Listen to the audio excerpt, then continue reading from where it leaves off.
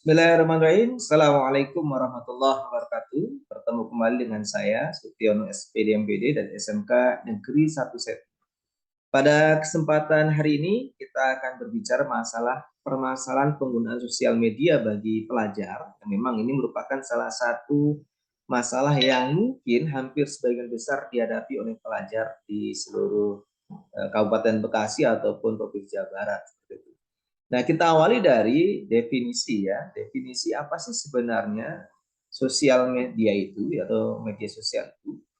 Nah, media sosial adalah sebuah media online dengan para penggunanya bisa dengan mudah berpartisipasi, berbagi dan menciptakan isi meliputi blog, jejaring sosial, forum dan dunia virtual. Nah, ini pengertian secara umumnya.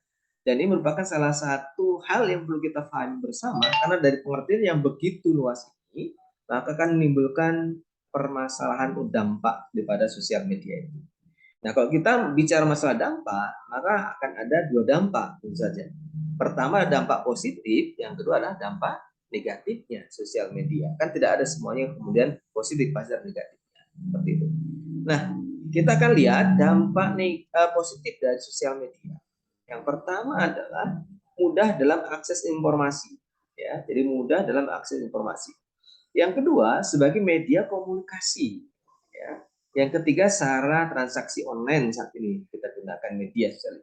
Kemudian efektif dalam promosi.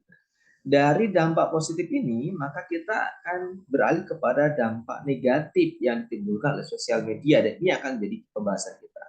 Yang pertama, dampak negatif buat anak-anak kita, mereka jadi lupa belajar dan ibadah karena keasikan dengan bermain sosial media tersebut. Yang kedua, sering terjadi penipuan, entah itu berupa SMS yang menawarkan produk, barang-barang, ataupun pinjaman dan lain sebagainya. Kemudian kecanduan game, ya, dengan adanya game yang sekarang ini banyak sekali modifikasinya, banyak sekali permainan yang sangat menarik buat anak-anak kita. Yang terakhir adalah adanya pornografi dan porno aksi. Dan ini sangat luar biasa dampaknya buat anak kita. Nah, oleh karena itu, dari beberapa dampak negatif tadi, maka saya ambil ada 3 akar permasalahan yang dialami oleh anak-anak kami di sekolah. Yang pertama adalah sosial media itu menjadikan anak lupa belajar dan ibadahnya. Ya, jadi banyak anak-anak kita yang belajarnya kemudian keteter, ibadahnya keteter gara-gara sosial media. Yang kedua, kecanduan game. Ya, banyak anak-anak kami kalau kita lihat di HP-nya itu banyak aplikasi game yang terinstal di HP-nya. Ya, kemudian adanya pornografi dan porno aksi. Ini yang jadi salah satu PR utama, PR besar kita di sekolah kami. Seperti itu. Nah, dari akar permasalahan ini, maka ada 3 alternatif solusi yang kita akan ambil. Pertama adalah kita minta anak-anak membuat jadwal belajar. Ya, jadwal belajar teratur, kemudian jadwal ibadahnya jangan sampai kemudian dia kendor, dan juga kapan dia harus bermain harus diatur. Belajarnya jam berapa, kemudian ibadah sudah pasti yang 5 waktu, yang juga jam bermainnya jam berapa, itu harus diatur dengan baik oleh anak kita.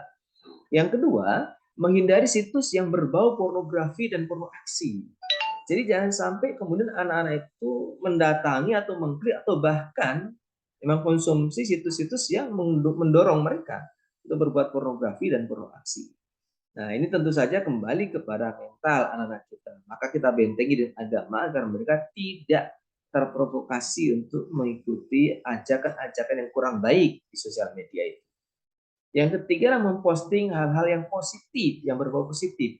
Sehingga pada saat mereka memposting yang positif, anak-anak akan membawa kepada dampak yang lebih baik, tentu saja bukan dampak yang tidak baik.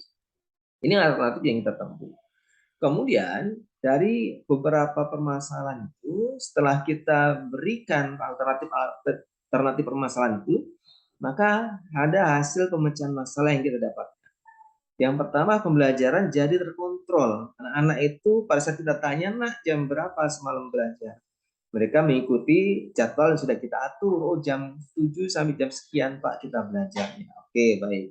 Yang kedua, anak punya tanggung jawab. Pada saat diberikan tugas-tugas, karena mereka sudah punya jadwal dalam belajarnya, maka tugas-tugas yang diberikan pun terselesaikan dengan baik. Ini pemecahan masalah yang kita sudah sampaikan dan kita berikan. Nah, kemudian yang menjadi rujukan kita ini sangat jelas sekali bahwasanya ada undang-undang untuk informasi teknologi elektronik ya, ITE. Nah, ini di pasal 27 dikatakan setiap orang dengan sengaja dan tanpa hak mendistribusikan dan atau mentransmisikan data dan atau membuat dan mengakses informasi elektronik dan atau dokumen elektronik yang memiliki muatan kesusilaan, perjudian, penghinaan dan atau pencemaran nama baik, pemerasan dan atau pengancaman menurut pasal 345 ayat 1 ini akan dipidana dengan pidana penjara paling lama 6 tahun dan denda paling banyak 1 miliar rupiah. Nah, luar biasa ya. Ini adalah undang-undang ITE yang mengatur seperti ini. Kemudian yang berikutnya lagi, nah ini di pasal 27 ayat 3 Undang-Undang ITE. Setiap orang dengan sengaja dan tanpa hak mendistribusikan dan atau mentransmisikan dan atau membuat dapat aksesnya informasi elektronik dan atau dokumen elektronik yang memiliki muatan penghinaan atau pencemaran nama baik, maka ancaman hukuman pasal di atas maksimal 6 tahun penjara menurut hukum Indonesia. Nah, ini luar biasa. Jadi, dengan adanya undang-undang ini, maka kita pun harus bisa benar-benar bijak dalam bersosial media. Yang terakhir ini ada Undang-Undang ITE pasal 29. Setiap orang dengan sengaja dan tanpa hak mengirimkan informasi elektronik dan atau dokumen elektronik yang berisi ancaman kekerasan atau menakut-nakuti yang ditujukan secara pribadi, maka dipidana dengan pidana penjara paling lama 12 tahun dan akan denda paling banyak 2 miliar rupiah. Nah, ini adalah undang-undang yang mengatur bagaimana kita mampu menggunakan elektronik bersosial media dengan baik. Nah, semoga yang singkat ini bisa memberikan masukan buat anak-anak sekalian agar lebih bijak dalam bersosial media dan semoga kita termasuk orang-orang yang pintar untuk menggunakan sosial media kita. Terima kasih. Assalamualaikum warahmatullahi wabarakatuh.